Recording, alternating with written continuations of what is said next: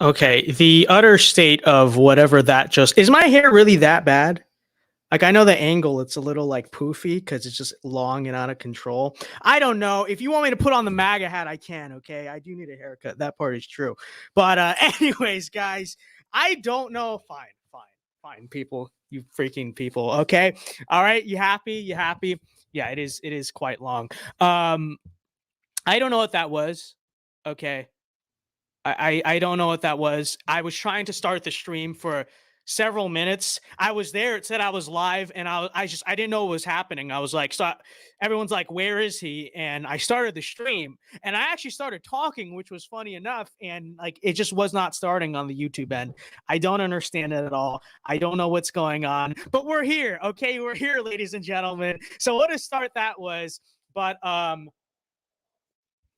welcome. Yeah, the hair is exactly. I know the hair is fine. People are just being haters. It's true. Okay, whatever. It's kind of late now. The hat is on. It's messed up. It's fine. It's fine. I don't care. I don't care. You know, after the utter start that was, I don't care anymore.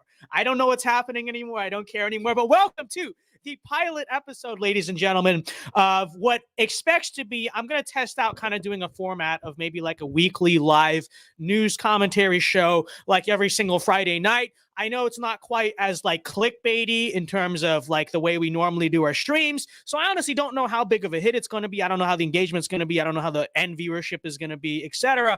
But hopefully, maybe, one day this is something that once we get a demo reel going, maybe one day this is something we can give off to like a network or sponsorships or other platforms or something like that. And so that's kind of the double motive here. I don't know. It's time. We need a VinceDao show. Do we not need a consistent VinceDao show? It's got to start somewhere. It's so true. It's so true. So that's what we are going to be doing tonight, ladies and gentlemen. It is the pilot episode. I'm very disoriented from whatever that start of the stream was, but we will begin. Okay, we will begin tonight, ladies and gentlemen. If you're watching right now, be sure to leave a like on the stream, and again, yeah, I don't know what just happened. Okay, I don't know what just happened. I don't know what just happened.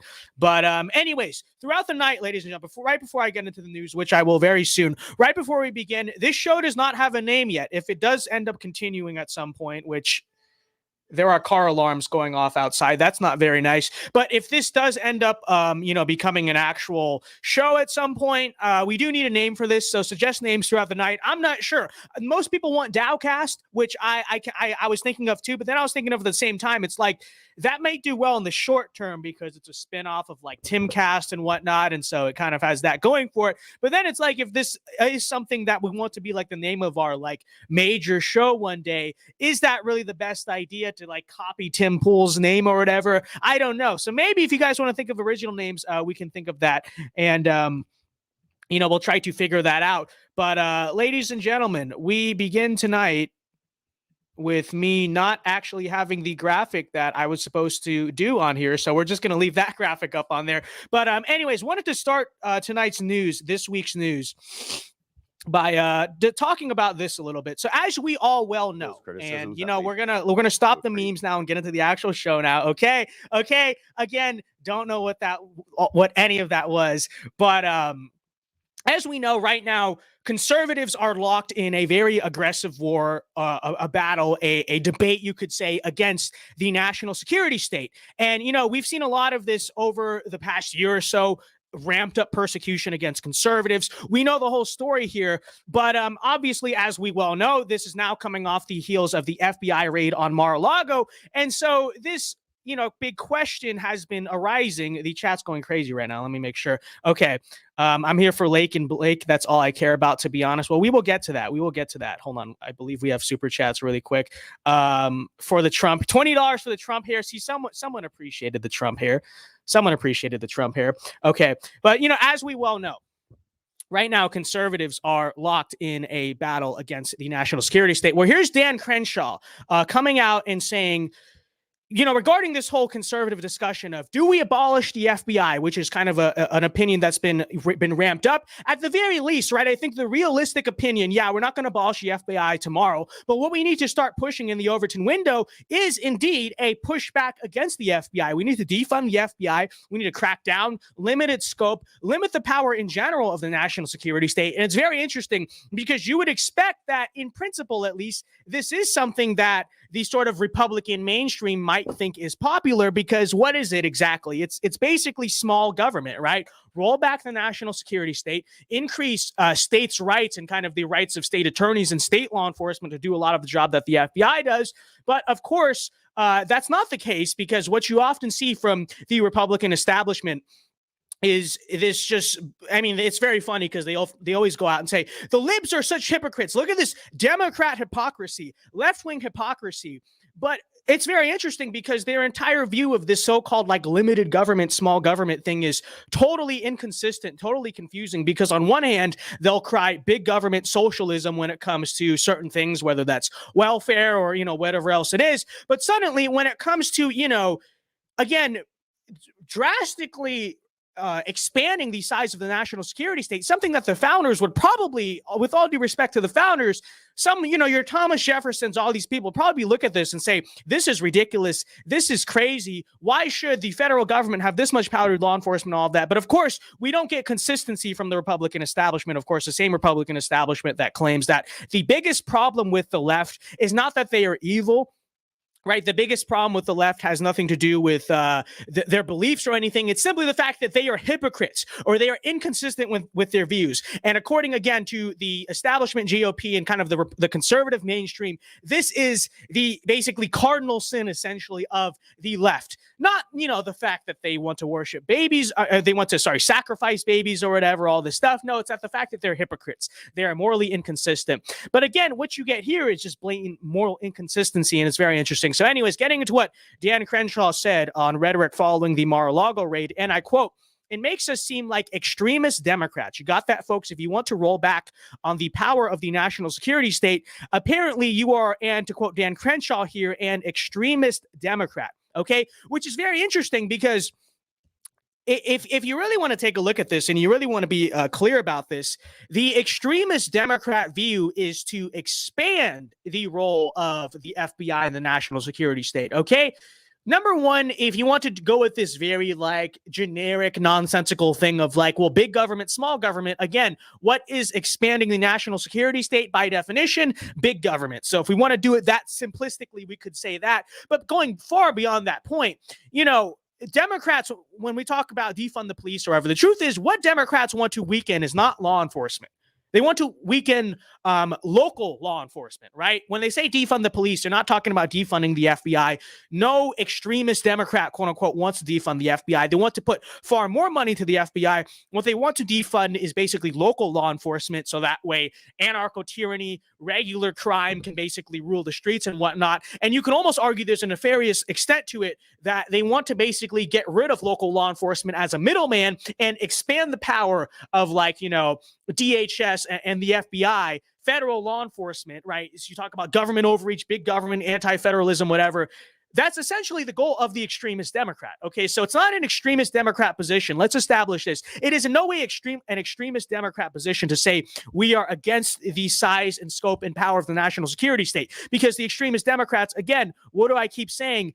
They want to expand the power of the national security state. And you see this through the January 6th committee, right? What is that an expansion of? An extension of the expansion of the power of the national security state. What is the Mar-a-Lago raid, right? The FBI raiding a former president based on an affidavit that is just totally nonsensical. Again, this is an expansion of the power of the national security state. This is what the extremist Democrats want to do. Expand the federal national security state, Dan Crenshaw. So first of all, that's an incredibly cheap talking point. It just, blatantly makes absolutely no sense.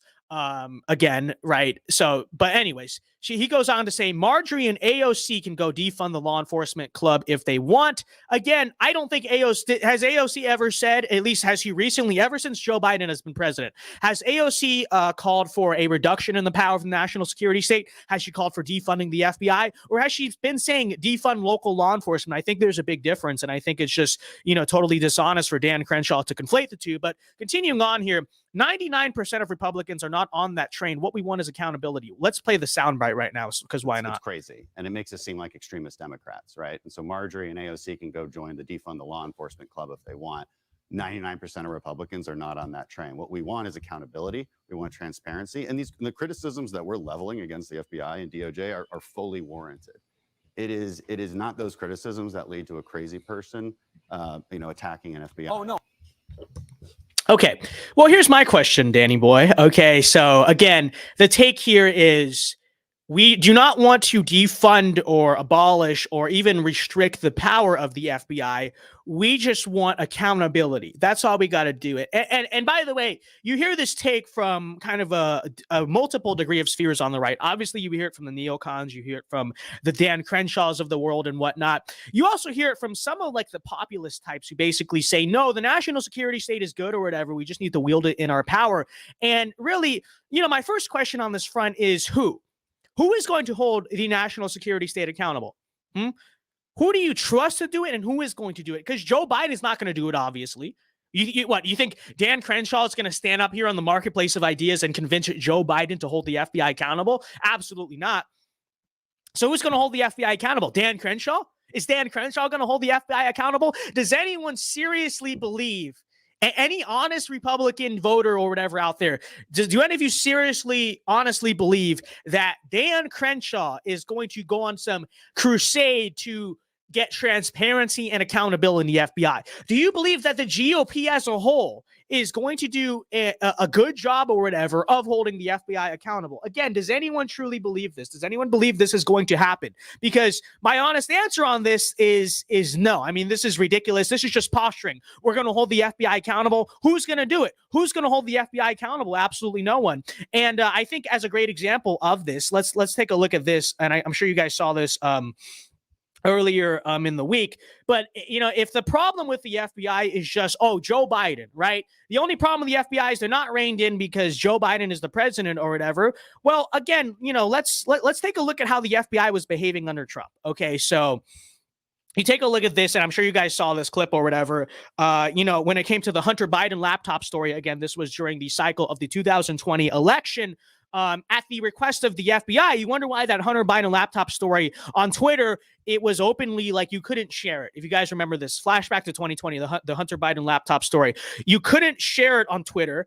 Twitter literally, like I think you could just basically like it or whatever. They banned the link off of Twitter. Mark Zuckerberg, I'm sure you guys saw this clip already, but Mark Zuckerberg already came out and basically deboosted it, right? It was very hard to share on Instagram. You wonder why it was so shadow banned on Instagram. Well, the take at the time was, this is just big tech interference in the election, right? Here's just the tech companies. They don't like Trump.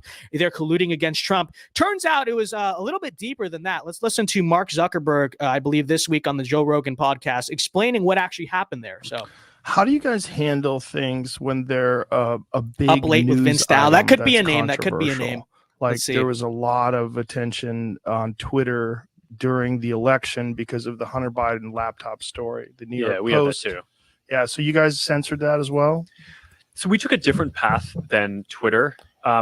Basically the background here is the FBI, I think, basically came to us, some folks on our team, and was like, hey, just so you know, like, you should be on high alert. We thought that there was a lot of Russian propaganda in the 2016 election. We have it on notice that basically there's about to be some kind of dump of that's similar to that. So just be vigilant. So our protocol is different from Twitter. Okay, so you guys got that? Again, you thought maybe this was just big tech colluding and interfering. Don't get me wrong. I'm sure they wanted to. But it turns out that the command to do this didn't actually just come from Mark Zuckerberg or Jack Dorsey. It came from the FBI. Okay. Now, let's keep this in mind. Who was president during the 2020 election cycle? Donald Trump was president. A Republican was president. Actually, one of our Republicans was president. Okay, and the guy who was appointed at the head of the FBI at the time was appointed by who? Donald Trump, President Trump. And yet still, what do you have? What you still have is the FBI. I mean, this is ridiculous. This is basically the FBI doing what? Interfering in and trying to manipulate the outcome of the 2020 election. That's exactly what they were trying to do, okay, through the means of, this basically is electioneering. It is electioneering. This is a federal law enforcement agency. By the way, they said the whole thing was like Russian disinformation or whatever. It wasn't. Okay, we know the story was true. The whole laptop story is true, which has come out now, obviously. But let's be honest, this is the FBI we're talking about. These are the people who are supposed to have the intelligence and the information, all the insider stuff. Come on, they knew this was true as well. Let's be clear about that. They knew the Hunter Biden laptop story was true. But what did they do? They deliberately lied to the tech companies, saying that it was Russian disinformation or whatever when it wasn't, and we know now that it wasn't. But again, at the time, that's what they were claiming. So they lied to the tech companies with the only, no other motive other than basically they did not want Trump to win the 2020 election in November. Okay. Again, this is the FBI under a Republican president with a Republican appointed head of the FBI. So the conclusion I draw here, Dan Crenshaw, and I think the conclusion that most reasonable people have to draw, is that this is not a matter of accountability, okay, quote unquote. The FBI is crooked to the core. It's crooked from the top down too, right? Throughout the whole national security state. Clearly what you have by this behavior, by what the FBI telling Mark Zuckerberg or whatever, clearly what you can tell, what you can presume is we legitimately do have Joseph McCarthy's worst fear in the national security state. We legitimately do have an entire apparatus, an entire infrastructure full of anti-American Marxist subverters. That's the truth. That's the truth about the national security state. And so I really have to question Dan Crenshaw. What do you mean by holding the FBI accountable? What, are we just going to change the head of the FBI or whatever? Oh, you think if a Republican goes up here on TV and just postures about how the FBI needs to be held accountable, they're just going to get so scared, right? The FBI is shaking in their boots right now. Dan Crenshaw said he's going to hold us accountable. Okay, shut it down, shut it down. All right, stop spying on Trump. Stop doing all this stuff. And by the way, this is not new. Again, the FBI, spied on Trump in 2016. They've been harassing the guy ever since he came down the escalator, ever since he became president, etc. And this is with changing the head of the FBI. This is with increased efforts to hold the FBI accountable. No, Dan Crenshaw, it's not a matter of accountability, okay? Because at this point, accountability with the FBI as it currently exists is impossible. And if you don't want to abolish the FBI, which we should do, but don't get me wrong, but if you don't want to abolish the FBI, at the very least, what people, I think, need to be saying is that, well, how are you going to hold the FBI accountable? How are you going to punish the FBI? Because they're not loyal, as you can see. Basically what they are is a rogue actor, right? They're not loyal to the president. I mean, I think they're loyal to President Biden just because they're on the same side. But look at what they were doing to Trump while Trump was president. This is a rogue actor. You can't hold them accountable through the traditional means of civil government, right? You're not going to be able to hold them accountable through just the president or Congress or whatever saying, hey, FBI, don't do that. They're that rogue. They're that, much of an independent actor, you could say. What you need to do, and the only way I could see you potentially holding the FBI accountable, is you have to start playing high roll or high stakes games with these people. You know what I mean? Enough of the whole, hey, don't do that anymore, FBI, because they continue to do it anyway. The only logical solution I can see is you have to punish the FBI. Seriously, again, if you don't want to go down the abolishing route, which I think there's a strong case to be made, just abolish the FBI. If you want to take a more moderate route, still what you have to do is, FBI, if you keep doing this, if you not clean up your act, you're going to lose your money. You're going to be doing what? Defunded. That's the only solution I see. That's the only viable solution I see to crack down on an institution that is so fundamentally corrupt to the core. And this is just the truth of the situation. But again, why does Dan Crenshaw come out here and counter signal that or whatever? Right? It's simply because he means nothing by it. It's posturing. There is no plan to hold the FBI accountable. Okay. From Dan Crenshaw, from Mitch McConnell, from many of these people. I mean, to be totally honest with you, they're probably secretly happy. I mean, take a look. This right here is the affidavit, by the way, that the FBI acted on. If you think this is just one page, it's not. The whole thing is redacted or whatever. And the whole thing is a joke. The whole thing is a sham. And we know this. We know this. I'm not giving any revolutionary cake here. Okay. But again, there is no Republican accountability plan. There is none. There is none. What is it? What is it? You know? If and when Republicans win back the House in 2022, is there any plan? Is there any recourse for this? There's not. There's not. All they're gonna do, you know what they'll do at most? You know what they'll do at most? They'll have Ted Cruz. Remember the whole big tech thing? You know, Republicans talked about how we're going to hold Google accountable. We're going to hold big tech accountable. This was back during the Trump presidency. All you're going to get is Ted Cruz going to go on some viral rant. You know, he's going to get up there on the stage, own the libs by asking some questions. They'll call the committee hearing a day, and that's it. And that's it. You know, and that's why when the Republican Party says, well, we don't need to defund, we just need accountability, I don't buy it, because what does accountability even mean? You know, at least saying we're going to defund the FBI or abolish the FBI to some extent, right? At least that's a tangible policy prescription that we can hold the Republican Party accountable to. But just trusting the Republican Party, oh, we're going to look into this, we're going to take care of this, Dan Crenshaw. What does that mean? What does that mean? What are they going to do? What are they going to do? I don't see it at all. I don't trust this at all. And, you know, quite frankly, to Dan Crenshaw, going back to this tweet, you know, there is no recourse of accountability in my eyes that does not involve defunding the FBI. Because again, what does it look like? You know, what does it look like to you? And again, I don't understand what is small government or whatever about, you know, allowing the FBI to expand to the power that it has. You know what I mean? Again, totally inconsistent. Who knows what's even, you know, happening at this point. But, you know, that there is that story. Now, okay, see, I put the graphic in for this. I forgot the graphic for this story, which is why that happened or whatever. Why it was just sitting on welcome to the pilot the whole time. Actually, I don't know why that happened like that. I had graphic 1, 2, 3, 4, 5, 6, and 7. And for some reason in the cards here, it goes 1 through 4. StreamYard is just having a stroke today. I don't understand what's happening. The 826 stream, what a mess. What a mess this stream has been. But good thing it's the pilot episode. Truly, good thing it's the pilot episode. Defund, dismantle. No, it's true. It's very true. Okay. So there we have on that front. All right. So there, you know, there's the FBI story. Okay. I wanted to talk about that. Obviously, the affidavit released today. I mean, if you want to go back for a second. Oh, my bad.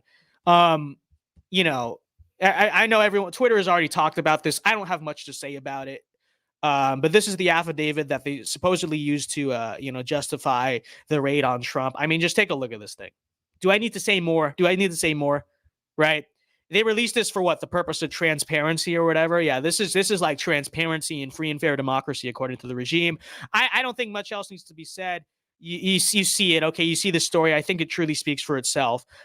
So, you know, anyways. All right, getting back to going on to our next story here tonight, folks.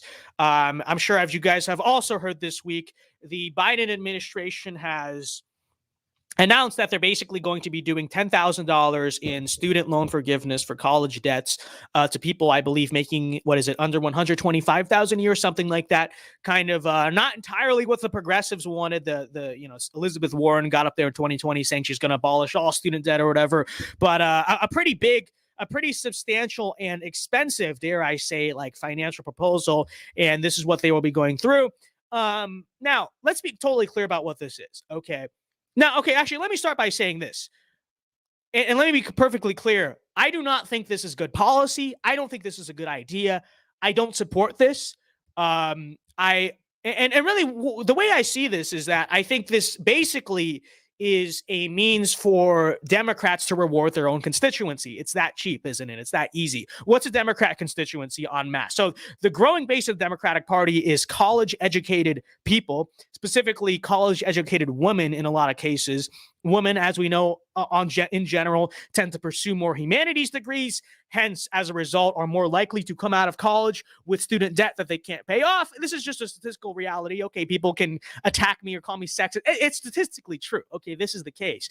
But, you know, it's the same thing of men and stuff, true, but college-educated people And specifically the type of college-educated people that will come out with student debt. A lot of young people support the Democratic Party, but the issue with young people is turnout, right? They have a hard time turning out the young progressives. This is supposed to be something that is supposed to appeal and turn out and energize all the young progressives or whatever right before the midterms or whatever. I mean, that's clearly what this is. That's all this is. But I will say on that front now, okay, now getting to what the conservative response should be to the question of student loan forgiveness. Let me just say this, okay?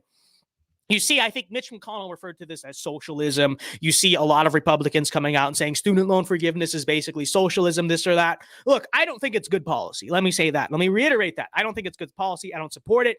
I support policies that use government to incentivize a more conservative culture and society. I don't think that forgiving student loan debt for far left universities and basically to incentivize and encourage people to go through these institutions and come out like libtards and come out with a bunch of debt and just make what is just, I mean, really in a financial and personal sense, really just not that smart of a decision fiscally or whatever. And we're not talking about the small minority of conservatives here who are marching through the institutions for a purpose. We're talking about the general public. And in terms of the general public, again, I don't think it's a good idea. I don't think it's good policy. I don't think the government should incentivize it. But let me say this. The optics of Republicans, i.e. Mitch McConnell, referring to student loan forgiveness, which again is a policy I don't agree with, but regardless is a policy that does help some Americans. Objectively speaking, the people who are having their student loan debts forgiven, it is helping those Americans. It's a policy that helps certain Americans. Okay. Again, the Republicans come out and say, a lot of Republicans have come out and said this is socialism, etc. We don't support this. This is bad. But at the same time, the optics of them saying that, again, when we do policies that help Americans, that's socialism, but then coming out on the other end and supporting what is now $47 billion to Ukraine and a lot of foreign aid, let me just say a lot of foreign aid to a lot of other foreign countries, the optics of that are horrible. Okay, GOP? Let me just say that, okay? Because, look, you can posture about fiscal conservatism all you want, and I don't think it's always a bad thing. You know, like I said, I don't think it's always a bad thing. We are dealing with a lot of inflation right now. This is not a smart time for this. I think even in general, I don't think it's a smart policy. I think in many ways you need to reform the way society is crafted around a college education and reform the college and university system itself, etc. But again, you know, you wonder why, and I'm not saying it's the only reason, but it's like you wonder why a lot of young people don't support the GOP. A lot of it, yeah, they're young. You tend to have a more liberal brain when you're young because they're free-spirited, etc. They're just like eccentric. They're not as mature, etc. But seriously, in a serious sense, you wonder why a lot of young people won't support the GOP. And we talk about winning the youth vote or at least cracking some margins with Zoomers or whatever. What are the optics of this? What are the optics of coming out here and saying we're against student loan forgiveness, which is fine in a bubble, but we're against student loan forgiveness, according to the Republicans, with the specific reason that we are for fiscal conservatism and we are against socialism. The optics of saying that and then simultaneously saying you're unpatriotic and it's your patriotic duty to, send $40 billion to Ukraine.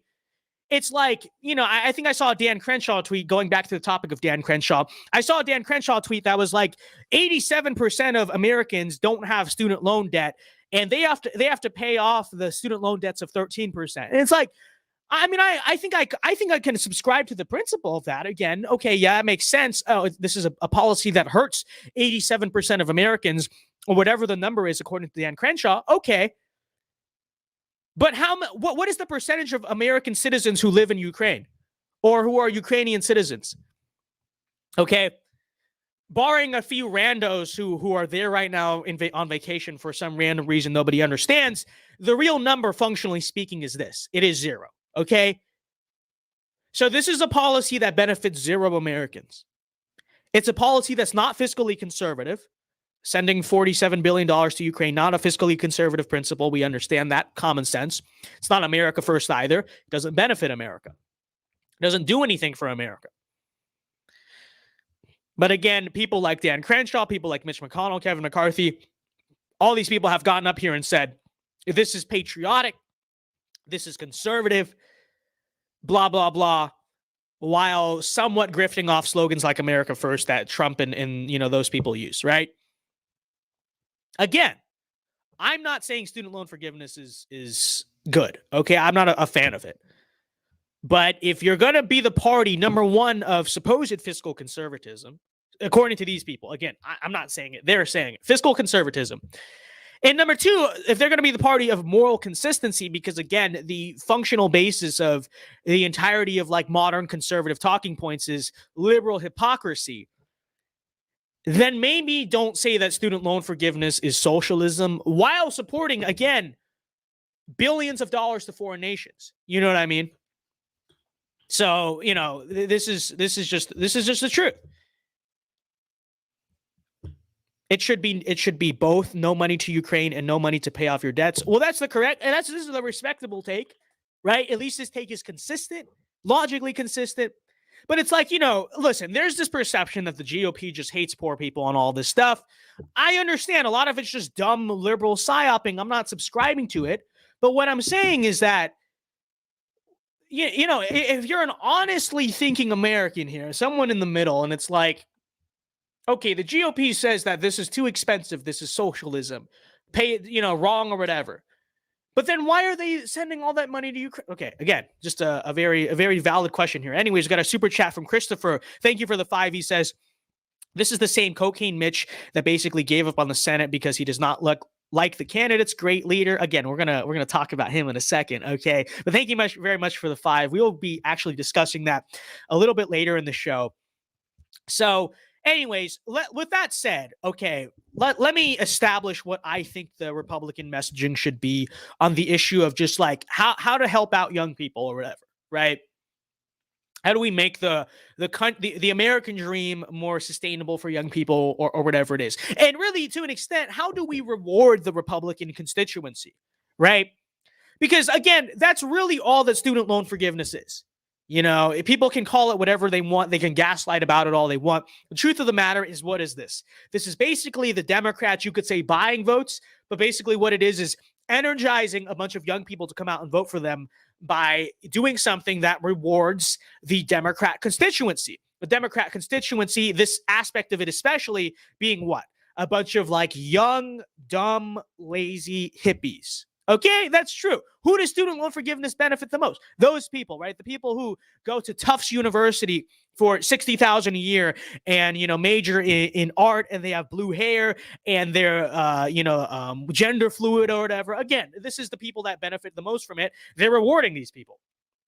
Okay, it makes sense though from their perspective, right? Because when you're a political party who wins elections or whatever based on appealing to a certain constituency, how do you hold that constituency? You reward your voters. This is a pretty big reward for voters. I mean, $10,000 waived off of student loan debt. If you're one of these people who, is in many ways just useless to society or whatever, made bad decisions, again, not our type of people en masse for the most part. But again, you could see how they would look at this and say, wow, I really got my benefit out of voting for the Democratic Party.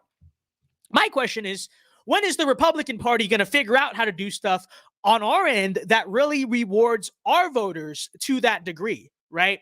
Because what do you get out of voting for the Republican Party en masse? You know what I mean? And so if that's the current, if that's the current Democrat constituency, then probably the current Republican constituency is a lot of, working class people, specifically primarily like the white working class middle American. That's sort of the generic, Republican demographic, and, a lot of others. But, usually speaking, these types of people, what do they get out of voting Republican, really? So they get a modest tax cut. Okay, that's something. I don't know if it's equivalent of like basically more or less $10,000 of free money, but they get a modest tax cut. But then at the same time, they get their jobs outsourced, right? Nobody does anything to protect their towns, to protect their culture, and still increasingly, it is extremely difficult to raise a family, especially raise a family in a conservative way. Nobody can afford to homeschool their kids or even send their kids to private school or charter school, whatever, because of the economy and because of a lot of other factors, the two-income economy, all these things. Again, so my question really is, when is the Republican Party going to turn around to this and say, well, Democrats did a very good job at rewarding their constituency. How are we, in our own regards, going to reward our own constituency? And we got a $5 super chat from Saul Goodman. He says, I am my husdad Paco, my homeboy VinceDao photo post baby. I don't know what that means, but thank you very much for the $5 from Saul over there. Okay, thank you very much. I appreciate that. God bless you. But so here's what I propose. Okay, let's keep in mind how this happened too. Okay, so this is kind of a compromise solution. This is not entirely what the progressives have wanted, but did anyone ever seriously believe they were going to get a blanket forgiveness of student loan debt? No, I don't think so. But you know, the way that this happened is that basically the young progressives. So let's understand this political strategy so that we can take that political strategy and benefit for ourselves. Okay, this is what I'm proposing now. So how this happened is the young progressives, that is the Elizabeth Warren supporters in 2020, the Bernie Sanders supporters, they have been putting pressure on the Democrats, on the Democratic Party, to adopt this as their policy position for a very long time. Okay. And, you know, 2021, when Biden was inaugurated and all that, they've been saying for years now, they've been saying, forgive student loan debt, forgive student loan debt. The millennials, the older Zoomers that are, I shouldn't call them Zoomers, only right-wingers get to be Zoomers. Gen Zers, I should say. They've been putting this pressure on the Democratic Party for a long time now. Young people in that party have been standing up, shouting at the walls, blah, blah, blah, this or that, being very annoying overall. But look at what they got done. So the young progressives have been calling for this for a long time, and they got it done. They got it done. Now they got something out of the Biden administration. So again, what do young liberals, young progressives want? They want loan forgiveness because they, you know, want to or already have went to college, got their college experience or whatever for a ridiculously overpriced sum of money. You know, many of them, they went to these private schools, or they wanted to go to the elite school to, you know, flex on their high school classmates, even though they didn't have to. They majored in something that wasn't going to make a lot of money, et cetera, et cetera. We know the story there, but that's what they want. That's what the young progressive wants. Now, let me ask the question, what does the young conservative want? Okay, so if the young progressive wants to go to, you know, go be their stupid feminist in college or whatever, we as young conservatives, most fundamentally, and our concern when it comes to, you know, the American dream and our future role in the economy, is we want to be able to raise, get married, and have kids. That's our concern. And beyond that, we want to be able to raise those kids on a single income, right? We want to raise on a single income. You know, we want our wives, or, you know, the ladies out there watching this, many of you guys, obviously, the kind of ideal vision is, you know, the mom can stay at home, the dad can provide for the family on a single income, and we can have lots of kids. The family can have lots of kids and raise them in a conservative sense, maybe even ideally homeschool them, who knows? But this is what conservatives want. This is what young conservatives want. This is the truth. Ask me, ask any of the younger guys in the chat. This is fundamentally what we want. When we approach society, when we look at the political scene in society, this really is our big concern, especially economically and culturally too. How are we going to do this, right? This is our goal. So what I think we need to do as the younger constituency of the Republican Party, as the younger conservatives, is we should kind of take a look at that. Look at how the progressives managed to push the Overton window so far to the left in the Democratic Party when it came to the issue of student loan forgiveness. I think the real crusade of the young conservative within the GOP today is we need to basically strive to push the GOP very far to the right when it comes to pro-family policy. And this is kind of our role in a lot of ways. This is basically like our voice as young people is in the Republican Party, in the conservative tent. Hey, we want the American dream that our parents and our grandparents have. We feel like it's being robbed from us. GOP, do something about it. And so this is ultimately what I think we need to be pushing for. We need to be pushing for the economic, financial, and by the way, cultural incentives from the GOP for us to be able to do ultimately what we want to be able to do. And I think in a lot of ways, maybe this is inspiring to you or whatever. This should be the role, the great crusade of the young conservative, the young Zoomer in the Republican Party. Okay. And we should, in many ways, kind of take the model of how the young, annoying progressives got that done in the party. What we need to do in the party is annoy the GOP so much until the point to which, like, it becomes this mainstream opinion. That's what they did. Okay. And don't get me wrong, a lot of older Democrats look at kind of, or at least initially, they looked at the idea of student loan debt forgiveness and they were like, this is crazy. They even said this is kind of socialistic. This is crazy Bernie talk. But what happened as the younger voters of the Democratic Party shouted and screamed and just were annoying and just wouldn't go away? That's what happened. Now, we are a smaller base of the Republican Party too, don't get me wrong. But I think really this is the place we should make our voice heard. Like, ultimately, this is what we should do. And it's so true. Vince is speaking facts. See, people agree with this. Look at all the young people agreeing with this. This is true. GOP, are you listening? Are you listening? Because if you don't make this a mainstream part of your platform, you know, I know people like Blake and JD have done it, but en masse, it's not. If you don't make this a mainstream part of your platform, we're essentially going to annoy you in the same way that the Bernie bros annoy the Democrats. And it's just so true. You know, it's just so true. And this is our concern. And this is how we need to approach politics, right? What do we want? So again, the libtards want to just go to college, get their college experience with their fancy Ivy League school, and then, you know, join my stupid, multicultural club and major in humanities and do activism because I'm passionate about that. What do we want? Again, raise families, get married, have kids, do it on a single income, you know, be able to homeschool the kids, be able to raise them in a conservative culture. So we need to push the GOP to represent that and get that out of us. And, you know, if they want the support, not just in terms of raw voting, but the vocal support of young conservatives and stuff culturally, I think there needs to be an appeal to us. Because what is the Republican message to young people? I mean, really, what is it? I don't really see one. Now, people may say, well, open up economic opportunity, reduce the inflation, lower the regulations, all this stuff. I mean, I understand how maybe that can help young people, but I never really see it in a lot of ways like pitched to young people in that regard, right? Like, when's the last time the Republicans got out there? You saw any like Republican politician or messaging ever get there directly to young people and say, this is how we want to help you build your American dream or whatever, right? You never get that. Okay. You never get that. Now, again, Democrats, very disingenuous. Don't get me wrong. It's all stupid. It's all a facade. But the student loan debt forgiveness, it's something directly designed to help a particular constituency. I feel like Republicans, they never really explain how any of their policies help any of their constituencies, not just like the young Zoomers or whatever, because I understand we're the minority, but who really does Republican messaging appeal to besides the general public, right? What's the last Republican policy where you could target a certain constituency and say, wow, this was a big thing that directly benefited these people? And when the Republicans framed it like that and messaged it like that and campaigned on that, just never.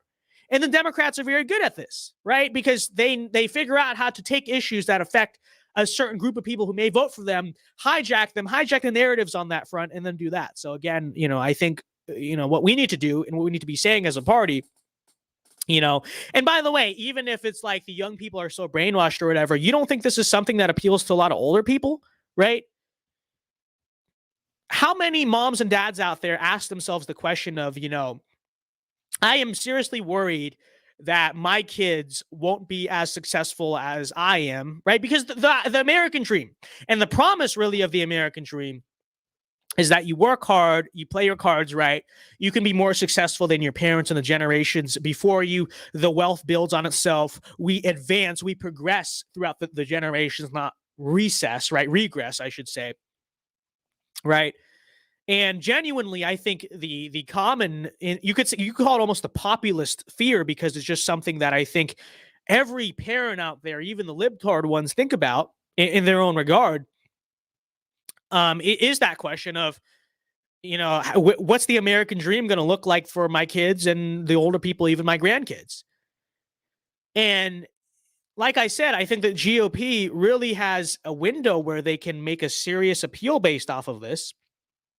And it's something every person in America, not just the libtard, not just the conservatives, I should say, think about. But the Republican Party doesn't do this. Instead, they have messaging that's just very broad. It doesn't really target, doesn't really mobilize anyone.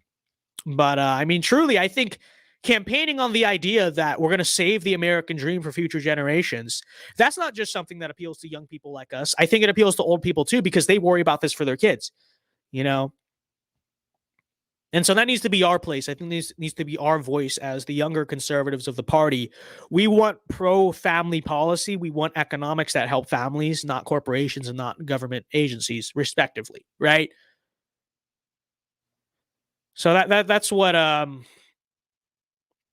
that's what we need to be doing, and that's the way we need to be framing it too, you know.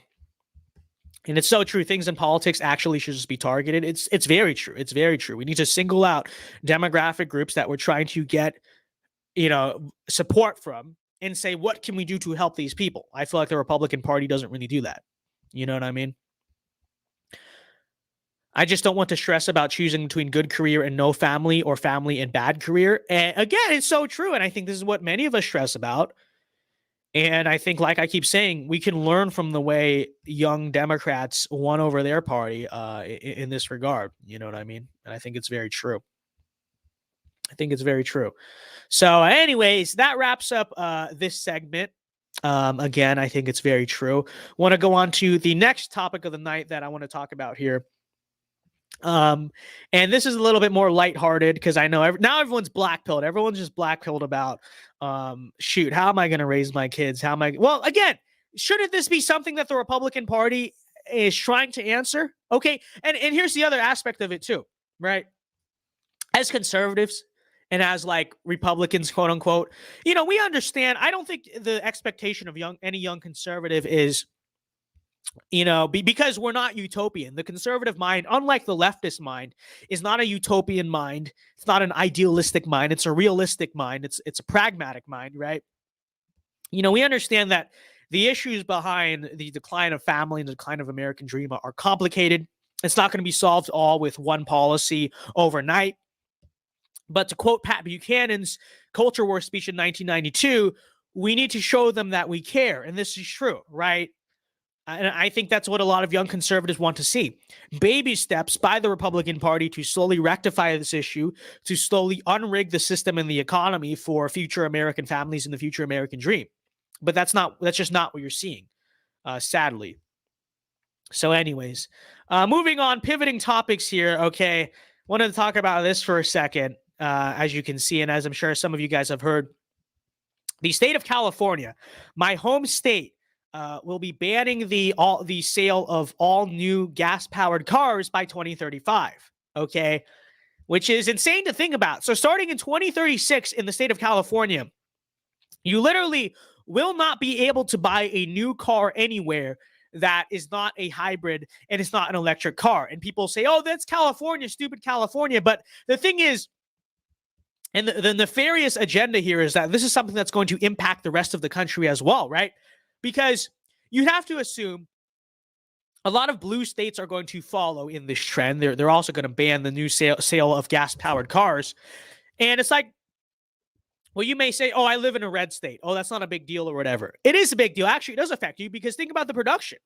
So now all these car manufacturers, these auto manufacturers, they're like, okay, well, we can't sell gas-powered cars in like half of the country. So to the extent to which we do make new gas-powered cars, it's probably going to be a lot more expensive, because we're not going to make them in this like mass production assembly line fashion, right? We're going to be making less of them. So we can't do the wholesale thing. So the price is going to go up, number one.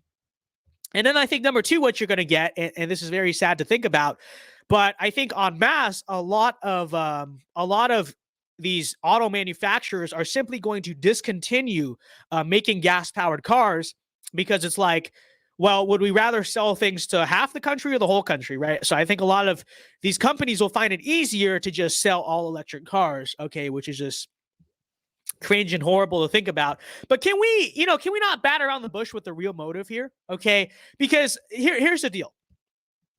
Can we be totally honest about the question of electric cars? And I tweeted it out here too. And it's just so true. Electric cars are literally feminine. They're literally effeminate and not cool. And you cannot convince me that this isn't a part of their motive. And that's so true. It's just so true. And you take a look at this and you think about this reasonably for a second, right? I know what the rational conservative is going to say, or the rational quote unquote, I know what the pseudo intellectual conservative is going to say. They're going to approach this of the whole question of, here goes this far left renewable energy agenda and whatnot, blah, blah, blah, this or that. Don't you know that the electric cars, the batteries also take up a bunch of fossil fuels? How are you helping the environment by mining cobalt out of South Africa or whatever? I get it. It's all true. You're not wrong. But can we really boil it down to what this is truly about? Okay.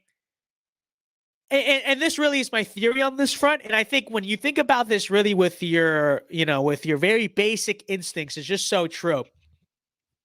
And I'm a firm believer of this. They want to take away gasoline-powered cars from you because they are cool. Because they are cool. Because they are masculine.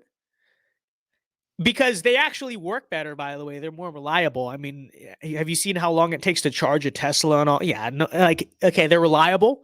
You can always just go pump more gasoline into it, and there's gas stations everywhere. And they're just better. They're just better overall.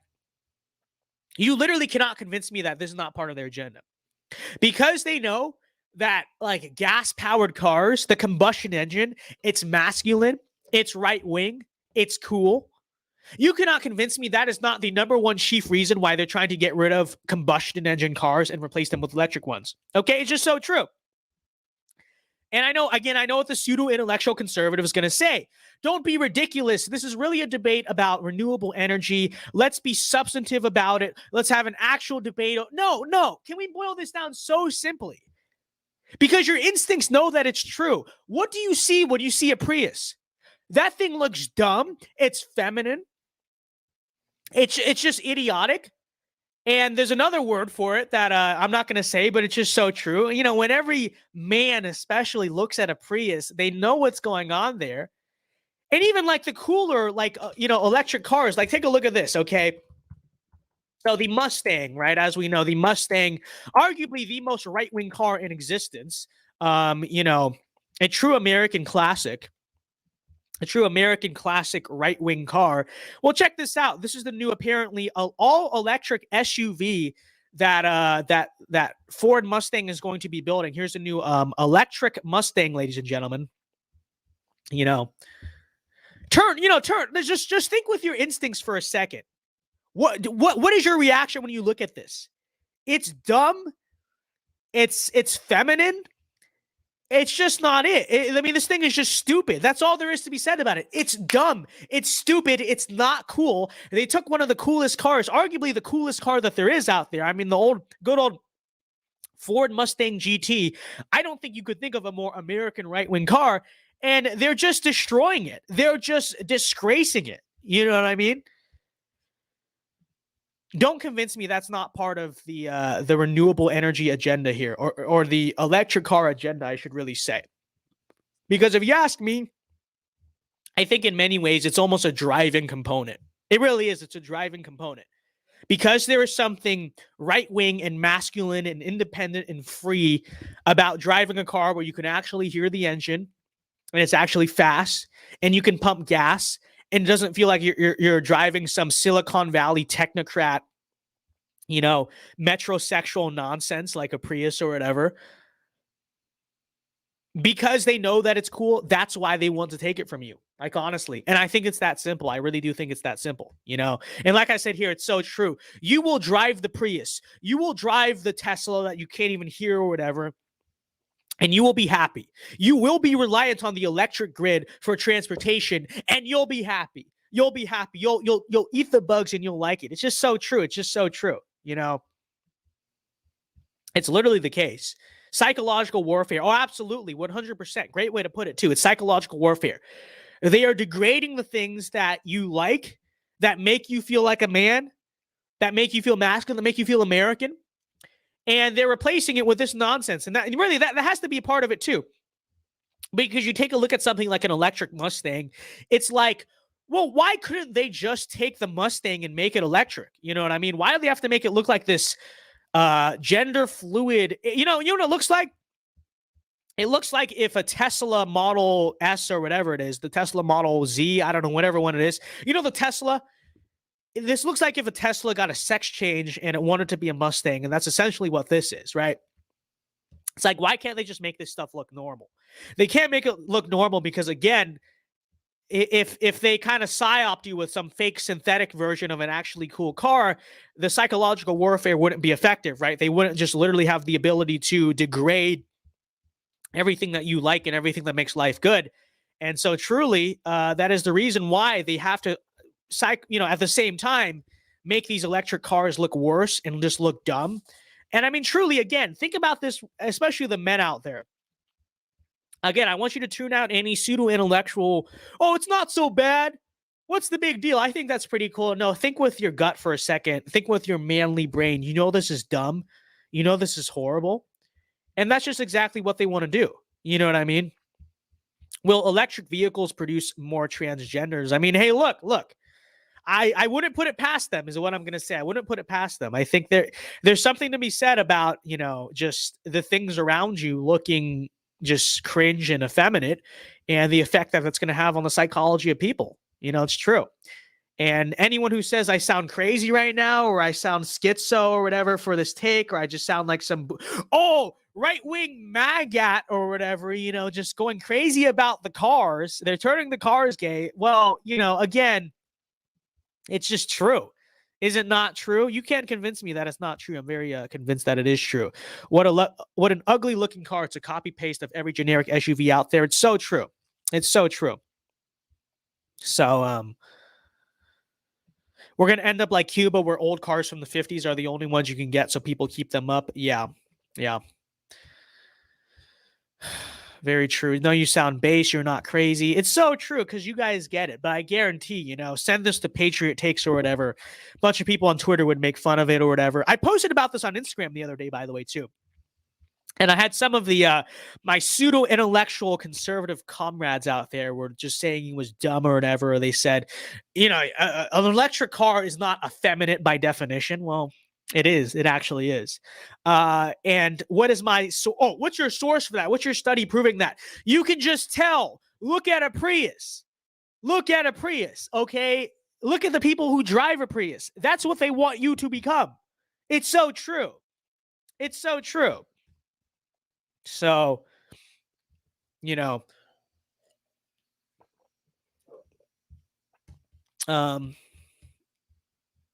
Vince will be vindicated. It's so true. They will. When they turn the cars gay, like literally, I will be vindicated.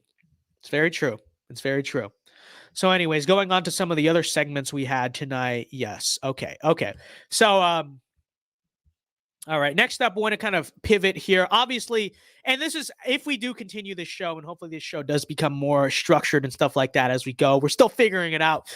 But obviously, I think kind of an ending segment in terms of the news stuff every week is definitely going to have to be just coverage of election issues and the midterms and all that. And so I did want to talk about this a little bit. And I wanted to talk about some supposed controversies and this is where we'll start, some supposed dramas around the Arizona Trump ticket. So obviously, as we all know, we have Kari Lake, very based candidate for Arizona governor. We have Blake Masters, very solid candidate for Arizona senator. And there is a mass propaganda war against both of these two, as we can imagine. And so I assume this is going to have to do something we do every single week. We have to respond every single week to the new controversies, quote unquote, around, Kari Lake and Blake Masters. Well, we'll start with Kari Lake here, ladies and gentlemen. Her opponent here, Katie Hobbs, tweets out saying, watch, Kari Lake says women aren't equal to men. And apparently this is the big controversy around Kari Lake. She said that women are not equal to men and we don't want to be equal with them. You can't make this stuff up. This is just our first series of digital new ads highlighting Kari Lake's seriously dangerous positions. Help us defeat her in November. Okay, well, let's take a look at her seriously dangerous position. Yeah. We know that God did not create us to be equal to men. You know what? We aren't equal to men. Women are different than men. We don't want to be equal to them because we are not the same. Okay. So there you go. You have the seriously dangerous, crazy position, radical position of Kari Lake. Apparently, her saying that women are not equal to men and vice versa because men and women are different and God made men and women differently. Apparently, this is the crazy radical take. And when we look at the comments here, Kari Lake War Room, very, very good Twitter account, by the way. She has a very good war room on her account. Men and women are different. Thank you for this, Katie Hobbs. It's so true. Is this really such a controversy? In fact, if I have to say it, if I do have to say so myself, I think this is one of the most based things that I've ever heard Kari Lake say. And frankly, I think this is something that a lot of Republicans are scared to say, right? A lot of Republicans are scared to admit that there is actually a natural and true and frankly unbreakable. You can, no matter how much you try to change human nature, no matter how much you try to alter or manipulate God's design, you will never overcome the fact that men are not women, and not just in the sense that of sports, right? This is always the cope is that, and it's a Republican cope, it's a conservative cope. Well, we believe that men and women are totally the same on the inside. You know, blank slate theory on the inside, blah, blah, blah, this and that. And so we would expect total 50% equality in society. It's just that men and women are different on the outside, which is why they shouldn't compete in the same sports. And really, that's just not true, right? As I say, almost every single month, basically, in some form of content, one way or the other, men and women are different from each other in ways that go beyond just the physical, beyond just the biological, right? We are different in ways that are emotional, psychological, spiritual, moral, etc., all of these things, right? Men and women serve different roles in society. Men are not women. Now, you know, I can resort to religion on this take, which I think we should. This is obviously what the Bible teaches, is what the Bible commands, right? From Genesis to, you know, all the last books of the New Testament. It's you know, the same truth. But it's also something that you can just observe naturally by looking at the world, right? Any common sense person, well, and any person, I should say, who's thinking with their true, naturally given intuitions and not trying to manipulate the world to be seen through the view of just some type of, you know, philosophy or whatever, you can absolutely just observe that this is true, right? Men and women are different in personal ways. We have different personalities. We have different brains. On average, you can understand why men are better at certain things, women are better at certain things. Why? Because we legitimately are made differently, right? And honestly, I would have to say, in my honest opinion, is that any opinion contrary to the idea that men and women are not equal in this sense, that they are different, they're separate, you know, they're separate and distinct from each other. Any opinion contrary to that, whether that comes from a Democrat or Republican, mind you, because I think a lot of Republicans pitch the same nonsense because they're too scared to say what Kari Lake was, you know, openly willing to come out here and say. Any opinion to the contrary of that is a radical or crazy or extreme opinion. Okay, that's just the truth of the matter. Why? Because it literally goes against nature itself, right? It goes against every aspect that you can observe just with your own eyes, your own intuitions of the creation and the order and the structure of the natural world. Okay? And it's just very true. So anyways, to review this supposed controversy from Kari Lake, based true, I won't say that, I won't totally brush it off as a totally common sense opinion these days, because I do have to say, I do think it did take some degree of guts and moral fortitude for Kari Lake to come out here and say this, because this is something that apparently these days is controversial. But, you know, it is absolutely very true. Yo, I can have a ticker at the bottom. I forgot about that. It is something that is absolutely true.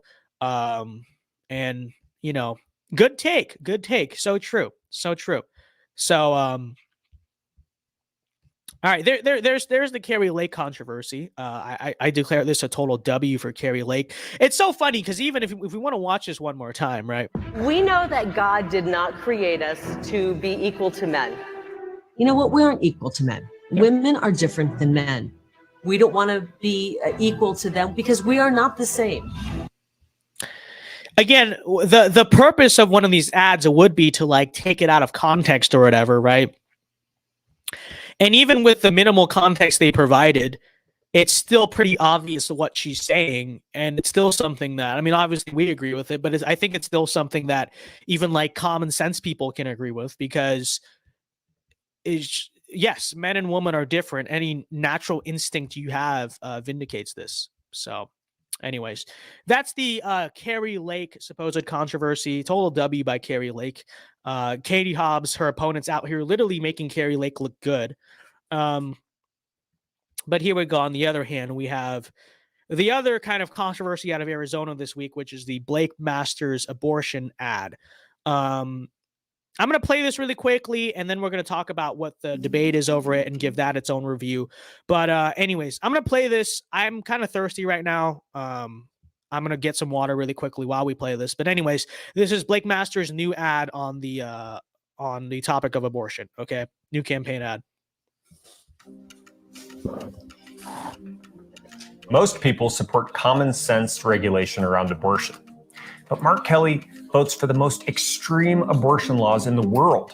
We're talking no limits up until birth. Think about how crazy that is. That's more extreme than Western Europe. It's way more extreme than what Arizonans want. Look, I support a ban on very late term and partial birth abortion. And most Americans agree with that. That would just put us on par with other civilized nations. Mark Kelly, the only countries that support his no limits, extreme abortion policies are China and North Korea. I'm Blake Masters, and I approve this message. TIE fighter incoming.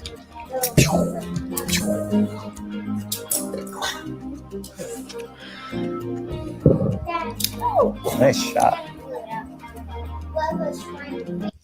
So there you have that. That's the latest Blake Masters ad on abortion. Now, I will say, when I first saw this, I didn't think much of it. I actually saw this and was like, I thought this was actually a very well done campaign ad. It's just kind of emotional, gets you going. It's the right way to do it too, for him to surround himself with his like children happy and playing and stuff. Like the optics of it, I thought were phenomenal. I thought it was very well done. I thought the rhetoric in it was very well done. But I did want to kind of respond, because I think there's kind of a sizable conservative camp in right now who's like honing in on this one line of the campaign ad, where I think he says, I'm trying to skim through right now to find it. He says this. He says, Look, I support a ban on very late term and partial birth abortion. And most Americans agree with that. So a lot of Republicans and like conservatives, especially like a lot of like the younger Zoomers and stuff, I've kind of seen what they've been saying about this. So a lot of people took this to mean that Blake Masters has cucked, or he's caved on the issue of abortion, because he came out here and said he only supports a ban on partial birth partial birth and late term abortion. And so everyone's like, well, you should support a ban on all abortion. But in defense of Blake Masters here, I do have to say, I mean, the first time I watched this ad, I didn't think that's what he was saying at all. Having watched it now about 3 to 4 times, I still don't think that's what's being said here. If you actually, watch this ad over again and watch the context of it, it's actually pretty clear that what Blake was saying and what Blake is doing, right? And what did he say right before this? Okay, watch the ad carefully. What did he say right before this? He said, Mark Kelly supports basically paraphrasing, he basically states, Mark Kelly supports these extreme policies on abortion. All that Blake Masters said in response is said, look, I do not support these extreme policies on abortion, right?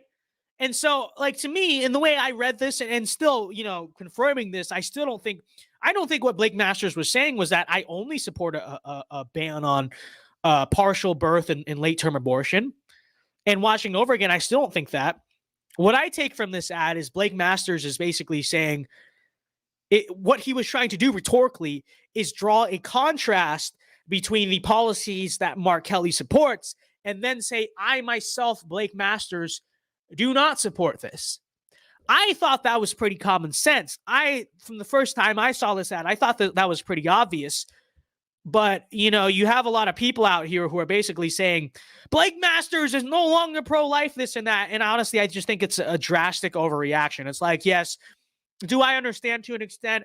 You know, he's sort of toning down the abortion message because of the general election. Again, keep in mind, this is a guy running in a purple state.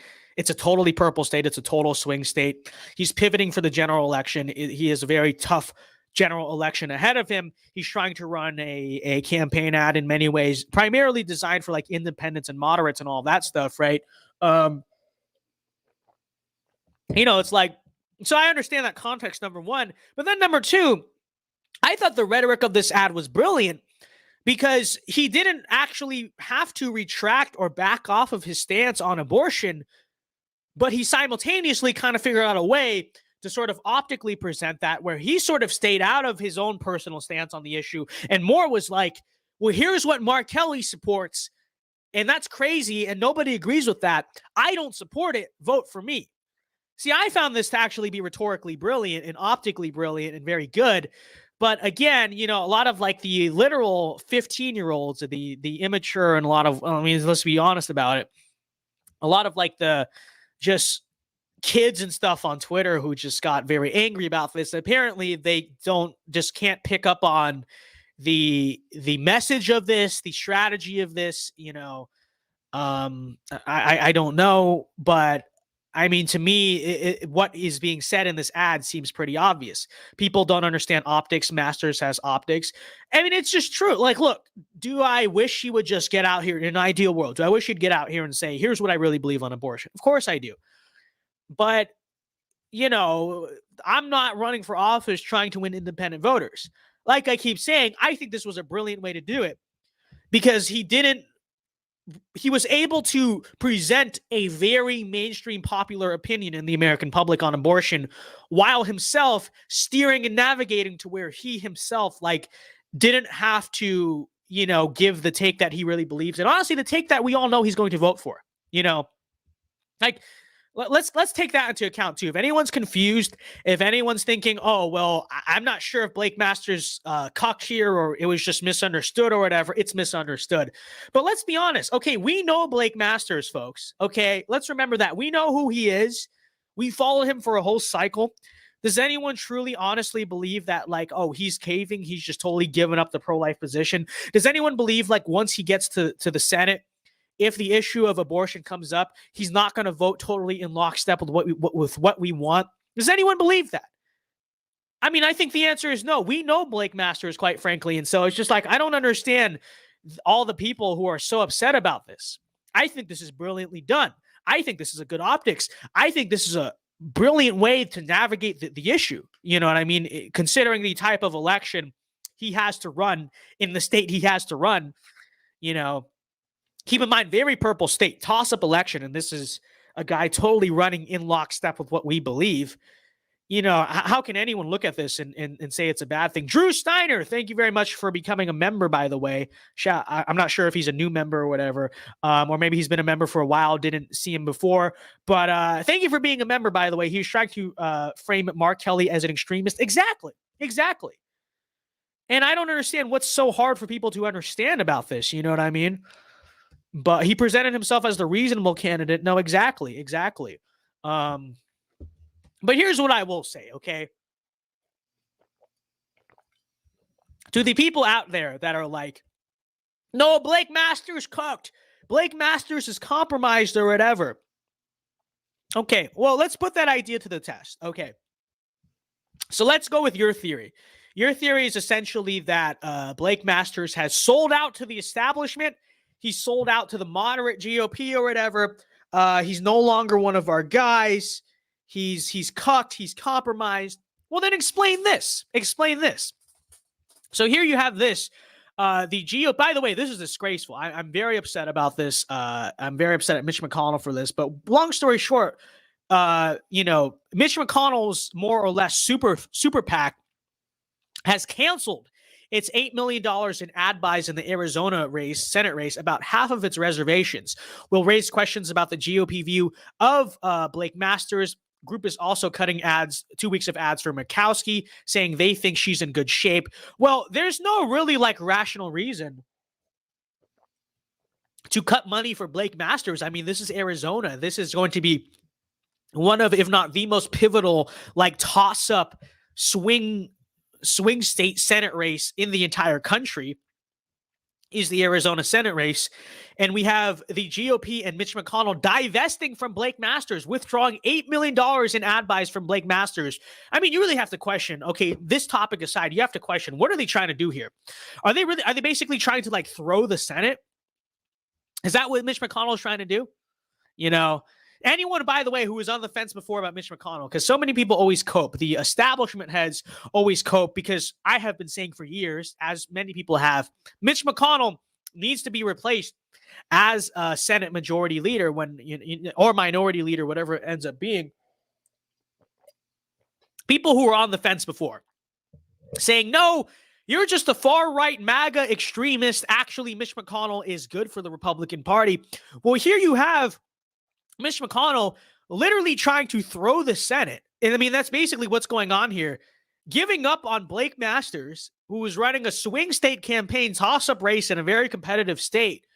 Giving up on him for what reason exactly? I mean, we could assume probably because he just doesn't like Blake and is actually kind of scared that if Republicans do win the Senate majority, he's going to be ousted from power, replaced with Rick Scott or whatever. To the people who are principled, I just care about the health of the party. How is this good for the Republican Party? Can anyone give me an answer? How is throwing, according to Mitch McConnell, how is throwing the race because you don't like Blake Masters good for the Republican Party? I mean, I'll take my far right MAGA whatever over this stuff any day. I mean, seriously. But anyway, Sam Madsen, thank you for the 5, by the way. I haven't seen you in the chat in a while, actually, so good to see you. I wish Republicans in my state would do what Masters did. We need to take charge of the discussion on abortion rather than being beaten up by the left. No, it's just so true, right? Because keep in mind, that's also what Blake Masters did. What was that campaign in nature? It was offensive, right? Not offensive in the sense of it was triggering or whatever, though it was. It was offensive in the stance that it went on the attack against the Democrats, against Mark Kelly on the issue of abortion. So again, I'm going to keep saying this. I found that brilliant. I found that absolutely brilliant. But, getting back to the point I was trying to make, though, again, this is disgraceful. This is horrible. But let me just ask that simple question. If Blake Masters was compromised, if that was Blake Masters' sellout moment or whatever, explain this. Why is Mitch McConnell divesting from Blake Masters and now working against him? Again, if Blake Masters is so compromised by the establishment, he's given up. Because to me, if anything, this right here essentially vindicates to me that actually Blake Masters is our guy. He's a threat to the establishment. And that's why people like Mitch McConnell are trying to work against him. And that would also confirm on something like that abortion ad, if I wasn't sure, which I thought was pretty obvious. But if I wasn't sure, I would find this as a pretty obvious sign. Oh, well, that must not be what Blake Masters meant by that. Because if it is, and that was his compromise moment, that was a sellout moment, the GOP would not be giving up on Blake Masters. But that's actually exactly what you see. So, Sam Madsen says it isn't brilliant, to be honest. It should be common sense, but evidently it isn't. Well, by nature, then, it basically is brilliant in a relativist sense, right? Relative to what you see out of the rest of the GOP. But I will say en masse, I think most of Blake Masters' campaign ads are very good and very effective and very convincing. And I've said that about him for a while. And I mean, even I think my concern for some of them for a while was, are they... At least in the early days of his campaign, I was actually a little bit concerned that, maybe during the primary, that maybe they might be too not good enough for a primary. They're too general election focused, but it ended up working out, obviously. But in terms of a general election, trying to win over independents, win the swing vote, win a swing state, I think Blake Masters' style of campaigning is just absolutely perfect, in my opinion. So, just true. This is true. So yeah, there's the Blake Masters story. Going on to some other election coverage, did want to talk about this. This is frankly irrelevant in a lot of ways. I just found it to be quite funny.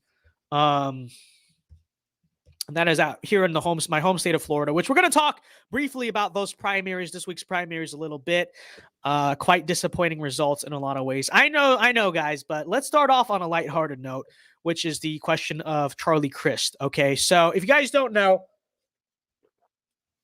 not familiar with the election scene or whatever, Charlie Crist is the Democrat nominee slated to go against Ron DeSantis in the gubernatorial campaign in November, as opposed to Nikki Fried, who I'm sure many of you guys know, that's the annoying woman who's the agriculture commissioner, very progressive, very resist lib. Charlie Crist campaigned on being the more moderate, more electable, more independent or whatever candidate. And it's like, well, I'm the one who can beat DeSantis because of that.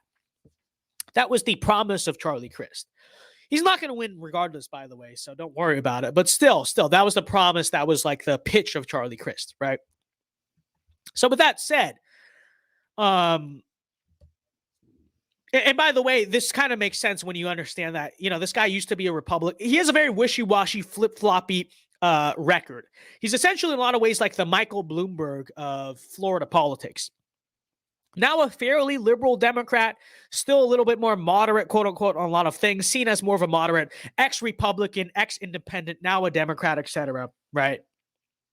And so Charlie Crist, largely, I'd have to assume because of that. I'd have to assume largely because of the fact that a lot of Florida Democrats saw him, in comparison to Nikki Fried, saw him as the more pragmatic, moderate, electable option to take out DeSantis in November. They voted for him. He won the nomination on Tuesday. He won the Democratic nomination on Tuesday. Okay. But it's just so funny. It's just funny to watch these people screw themselves over and cannibalize themselves. Right off the gate, literally 24 hours. Okay, I'm not even joking. Less than 24 hours after Charlie Crist won the Democrat nomination. Off the gate, he straight up said, and I'm sure you guys may have seen this clip. I don't have it with me, but he disavowed, as you can see here, disavowed DeSantis voters. He says that he does not want their support, okay? If you guys want, I can find the clip or whatever, but you can trust my word for it. He basically said, and I'm sure many of you guys have seen the soundbite already of him saying this.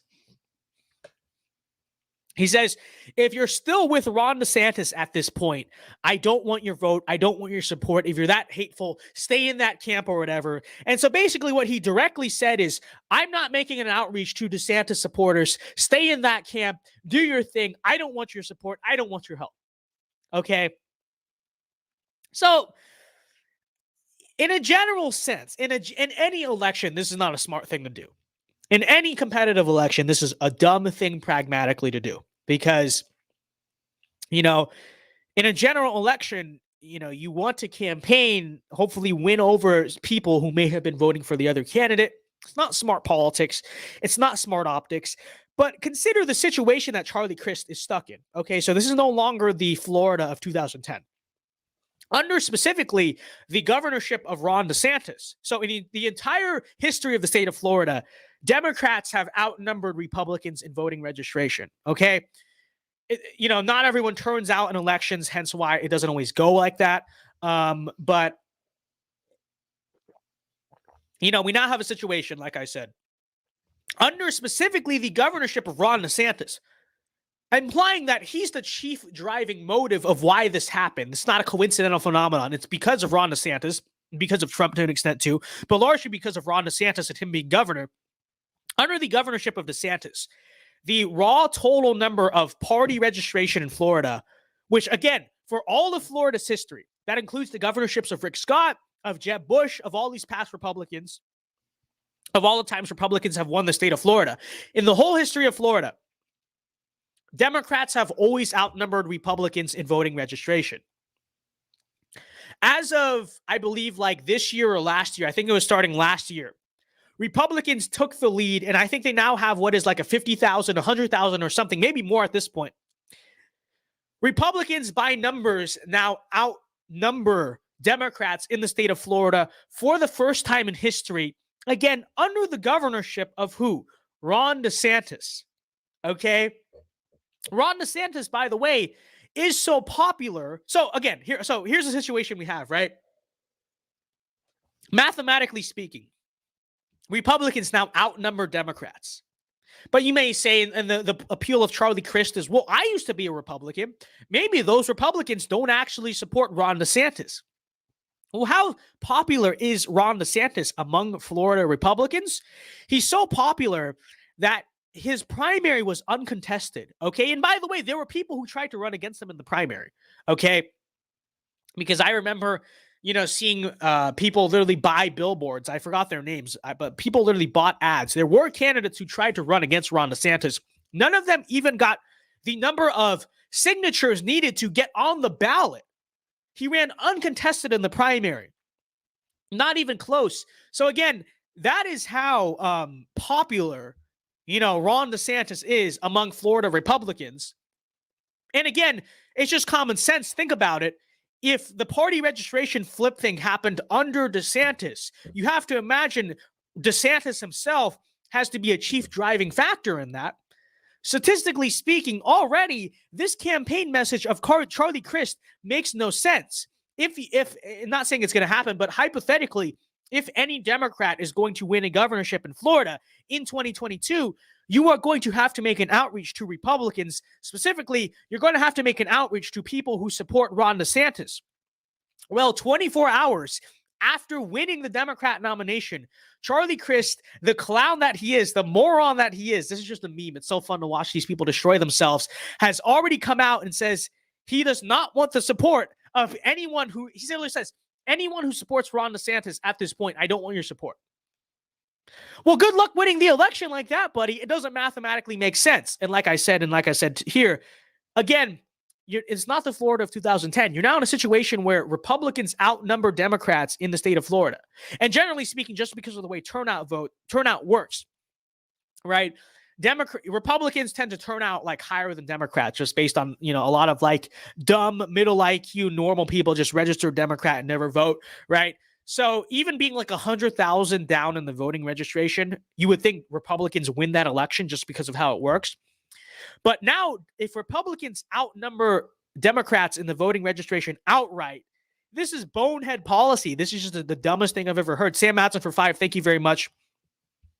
He says also, he literally picked a Castro sympathizer as his running mate, and that too. This is basically like having Nikki Fried run, which is very funny because it's like the whole threat, the whole appeal of Charlie Crist was he's going to run as the more independent, moderate guy. And here he is, going out here saying he doesn't want the support of Republicans. He doesn't want the support of Ron DeSantis supporters. And, he has a Castro sympathizer as his running mate. Thank you for the 5. And it's so true. The same day, by the way, again, remember, this is Wednesday after he won the primary. He gets up here on CNN and I quote, says that Joe Biden is, and I quote, an exceptional president. Okay. So he went out there and said Joe Biden is an exceptional president and is running his campaign as an open Biden supporter. Okay. I wonder how smart of politics that's going to be in the state of Florida. Okay, so let's take a look at this. So number one, right? Joe Biden is not popular in general. He's not even that popular among Democrats. A lot of Democrats don't even like Biden. So in general, I would think if you're running any degree of a Democrat campaign in 2022, you can be liberal on the issues, but in terms of on a personal level, you want to kind of be a little bit distant from Biden just for that reason, right? But keep in mind, too, I wouldn't even call it a swing state anymore. This is now a soft red state. I think in a few years, it's going to be a pretty hard red state. He's running a state where the odds are already stacked against him. He's going to have to create some miracle of a coalition with independent voters and peel off some of the Republicans. How does it make any sense? How is it smart politics at all to run on the message that, and I quote, Joe Biden is an exceptional president? That's not even something that might be that popular in liberal areas. But again, if you're running a campaign where you're going to need serious and unprecedented support from independents, from moderates. Sorry. Who, again, Joe Biden is a highly unpopular president. Again, maybe if he was someone who is a popular president among a lot of people, this would be smart politics. He's not. You know, you would think that if you were seriously trying to win in Florida, you know, I think the smart thing to do would actually distance yourself from Joe Biden.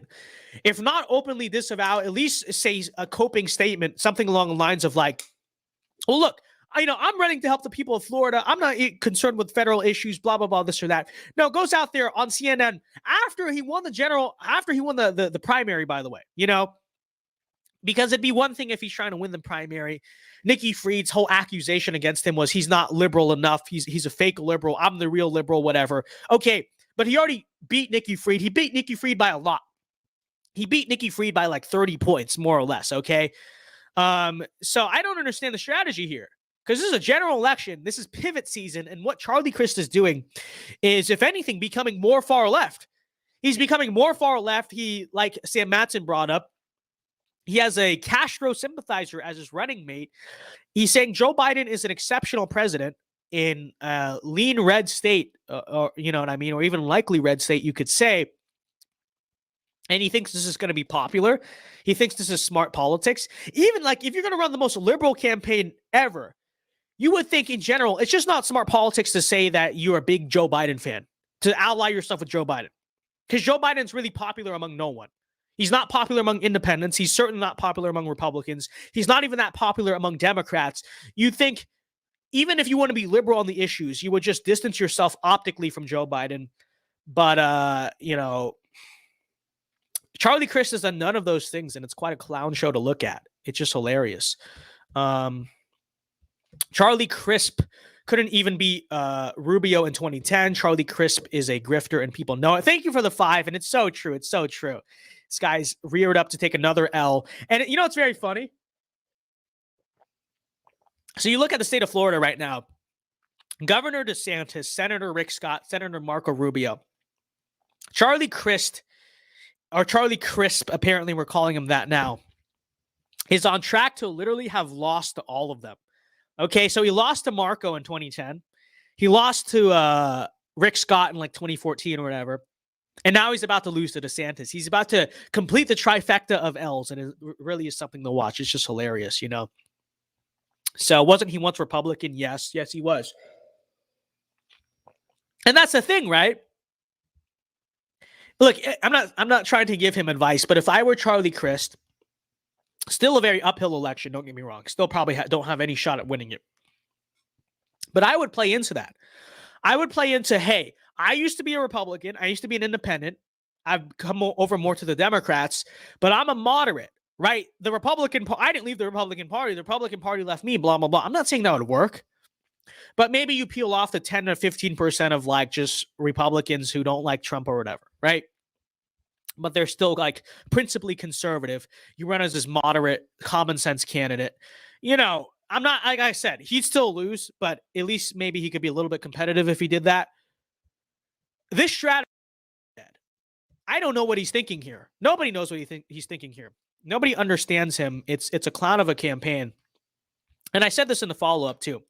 I said, you think maybe what he's trying to do is he's trying to reach out to the Nikki Fried people. I spelled this wrong, by the way. My bad. Nikki Friend. That was probably my autocorrect or whatever. But it's like maybe he's trying to reach out to Nikki's people, reach out to the more hard left people by being very liberal or whatever. But then the thing I said too is like, he doesn't need to do that. Because yes, if it were like a 51-49 election, very close primary, very contested primary, I could see maybe making an outreach for like the Nikki Fried people because it's like, unite the party or whatever. He just beat Nikki Fried by like 30 points. If that's not a mandate, I don't know what is. I look at that and say he had solid control. He has a solid grip on the Democrat constituency, and especially when you look at the population centers like Orlando, Tampa, Miami, even like Jacksonville, all like the big metropolises in Florida where you would presume Democrats run up their margins. That's where they get most of their votes from. That's where he destroyed Nikki Fried the most, right? the only place Nikki Fried was competitive in some places was like rural areas, college towns, Alachua County, some very small very small for Democrats, like places in the Panhandle where Nikki Fried gets 400 votes and Charlie Crist gets like 300 votes, right? Just completely irrelevant bases of the Democrat constituency. What Charlie Crist basically got was a mandate, right? A mandate, like the party belongs to him, the party wants him. So I don't understand the strategy of this at all. It's not like this is exactly that divided of a party, right? Like I said, it doesn't make any sense. It's brain dead. There's no mind to it at all, other than the fact that Charlie Crist is literally a clown. And I'm not going to say we hate to see it, because we love to see it, because this is good for us, though. I will say that. Not just because it makes it easier for DeSantis to win, but my fear, honestly, was that Crist was going to kind of run as this like moderate, independent scam grift of a liberal or whatever. But you can tell that's not what he's doing. He is running a hard left campaign, shilling for Biden, still bashing DeSantis' supporter, calling them bigots or whatever, all this stuff, right? And essentially what he's running as is a generic NPC resist lib. And like I said on the election night stream, that's exactly what I want, right? What I was really rooting for and what I thought was going to be just fantastic optics for Ron DeSantis is if DeSantis gets out here, you have this generic, annoying liberal NPC, and he just owns them. He just felts them by like 10 points or whatever. And my fear with Charlie Crist, and the reason why I wanted Nikki to win, was like, I don't think Charlie Crist will be that. He's just like this boring, uninspiring old man. It's just not going to be as satisfying to see DeSantis do that. It's not going to be as good optics to see DeSantis just trounce this just like resist lib. But if Charlie Crist is going to run as this resist lib, then I think actually maybe we can do that, and it's going to be very good. So, yeah, Noah Boy for $10. Thank you very much for the super chat. He says, I'm going to the Trump Mastriano rally next Saturday. Hopefully I'll get in front of the cameras. It's so true. I won't be able to stream it, sadly.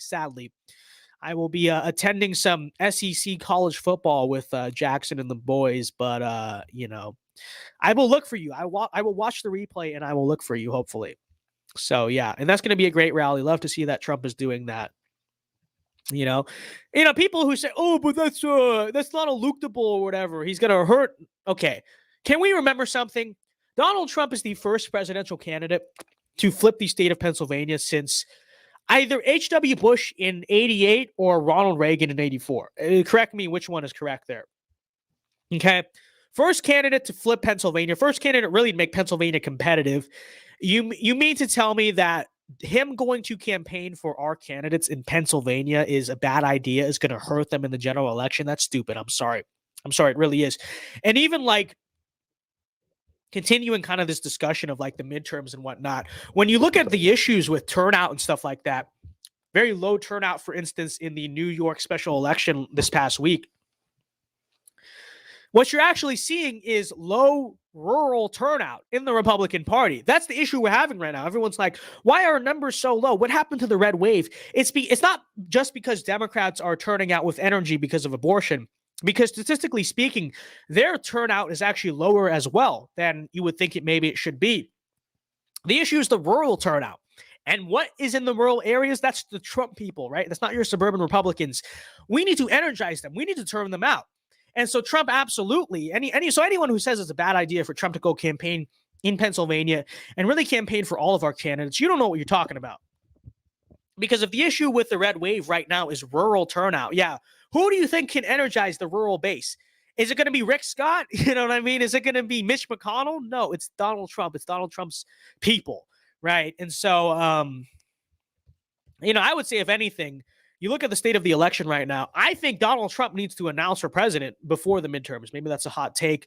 But you look at the decrease in turnout, the rural base, all we need for the red wave, the rural base, something needs to be done. They need to be energized again because they're not energized right now, right? I don't know what's going on. They're just not there. Who knows where they are? They're not there. Trump absolutely needs to be rallying for these people. But I also think you really want to boost them nationwide. He needs to announce. I'm sorry, he does. It's true. Give something Republicans to be energetic about, because right now they're just not.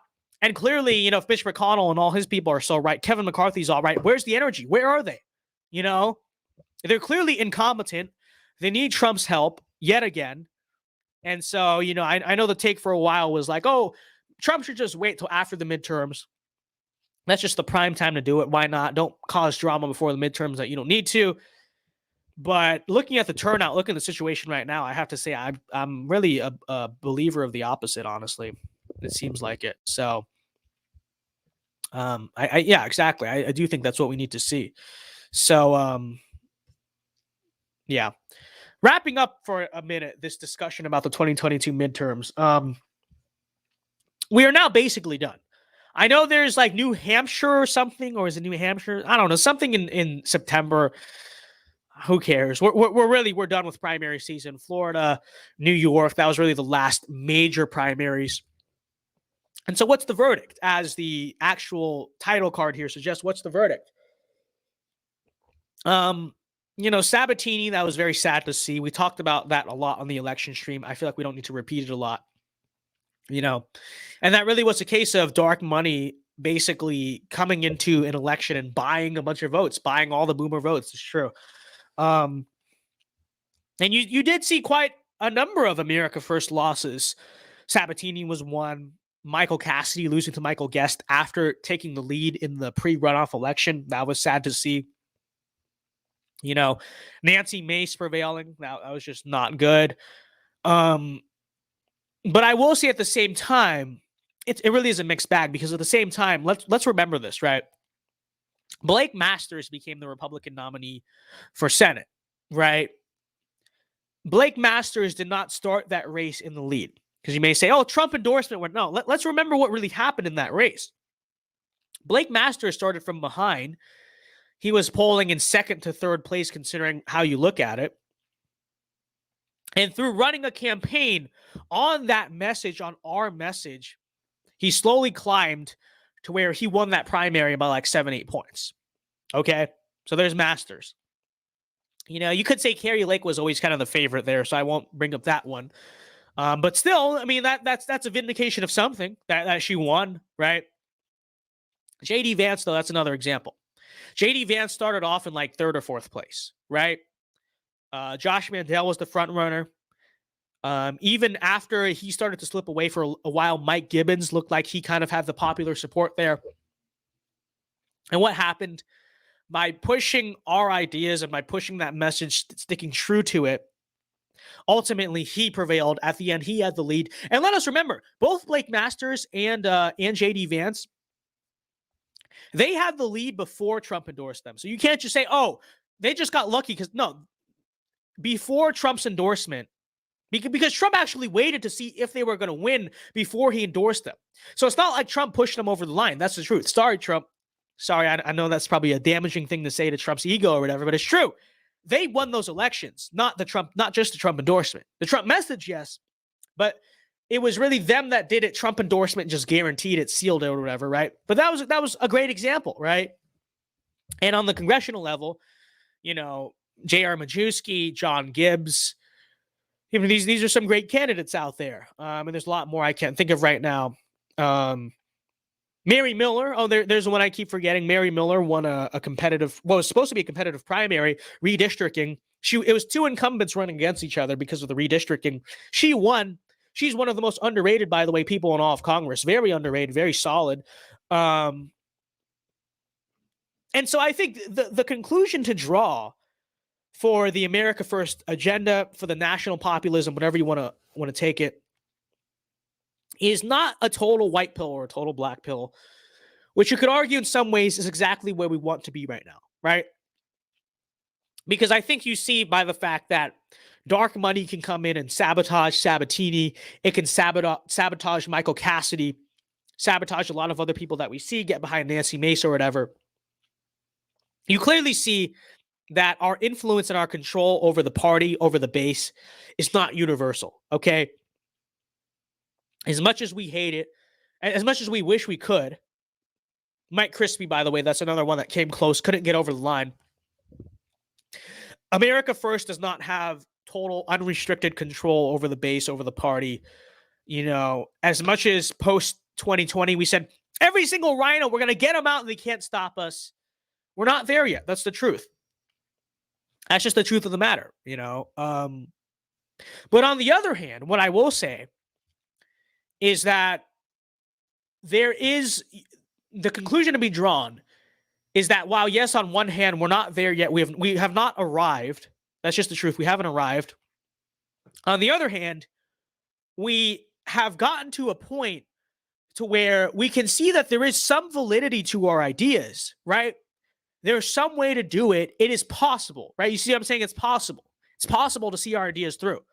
It's possible that our ideas can win. Kari Lake's an example. Blake Masters an example. J.D. Vance an example. John Gibbs. Mary Miller. A lot of other people. We did see quite a few victories in this cycle. Don't get me wrong. And so the real conclusion needs to be there's still a lot of work to do. That's the sad reality. I wish I could say we have total control over the party. We have the GOP by the throat. We don't. That's just the truth.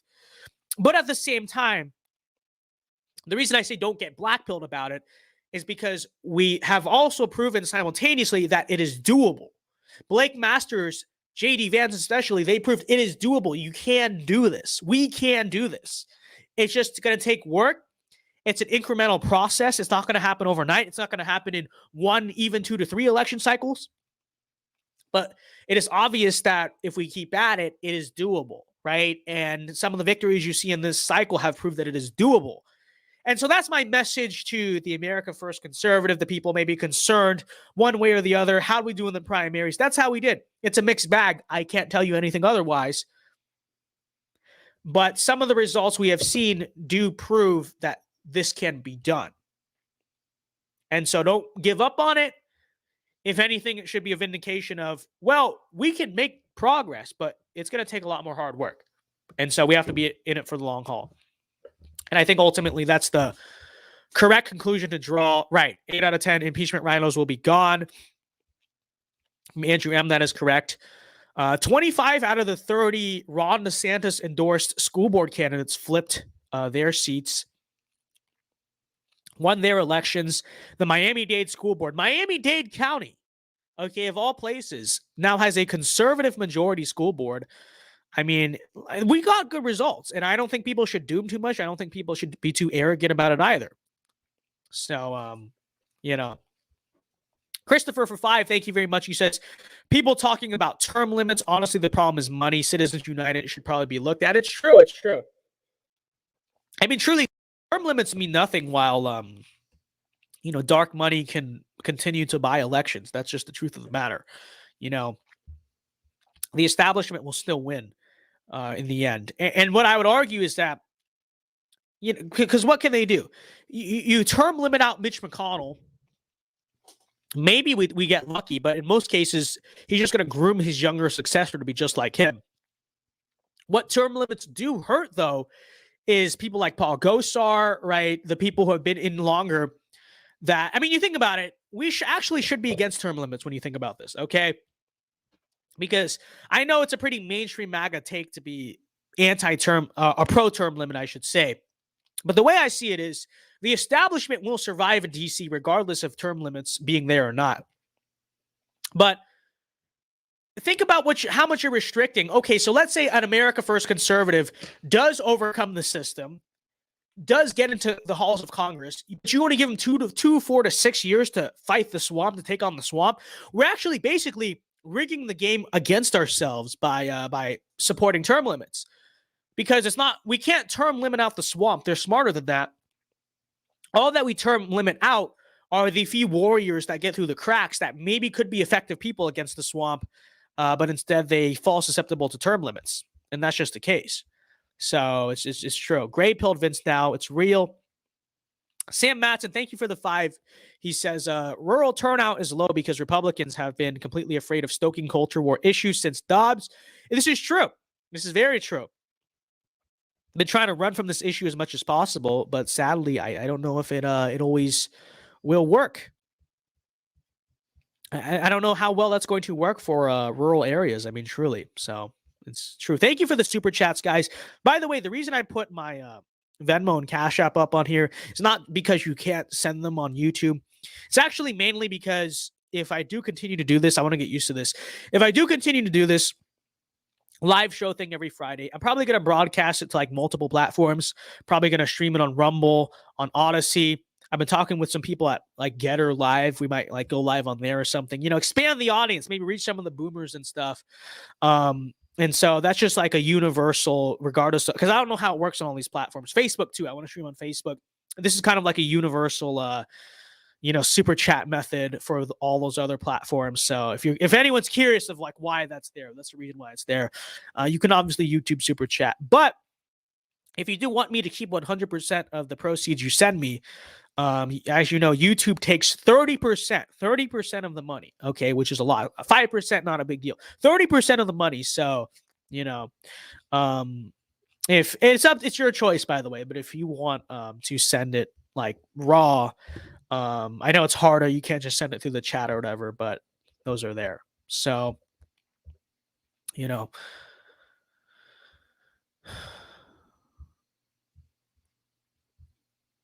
the pressing need for dark money MAGA. I mean, this is true. We need based, eccentric millionaires and billionaires on our side. It's very true. It's very true. How convenient that would be. Imagine if we had a MAGA George Soros who basically just would like, you know, engineer the whole situation, you know, be good. But yeah. Okay, ladies and gentlemen. So this will wrap up the news segment of the show. We'll do the last hour as usual. Okay. So here's how I'm probably going to format it, explaining this. This is the pilot episode. So that way this is like consumable on the replay. I don't want the like live showing, the actual like post replay showing of this to be longer than 2 hours. So what I'm going to do, some of you guys remember I used to do this. For this show in particular, I will cut it off at like the end of these regular segments, and I'll leave so if you're watching live, you can watch live. You'll get the whole stream live. But for people watching on the replay, I'm going to cut it off here at like the end of the show, and the after hours Q&A portion that will be members only. So I'll upload the full stream to the members tab, leave this up, and that's how we'll do it. So with that being said, ladies and gentlemen, for the replay viewers, live viewers don't go anywhere. We're going to continue the show. If you're watching on the replay, let me know what you think of the format. Is this digestible? Do you guys like this? Should we keep experimenting with this, or should we scrap this, never do it again? Just do our spontaneous, erratic streams. Tell me what you thought. But until then, ladies and gentlemen, if you're watching on the replay and you want to see the after hours, you know, fun and Q&A and all that, be sure to consider becoming a member. But if not, be sure to like and subscribe. Thank you very much for watching Alpha Moves Only. God bless. Have a very good night and peace. And leaving it, I do so with this prayer. May God's grace be with you in all the days ahead.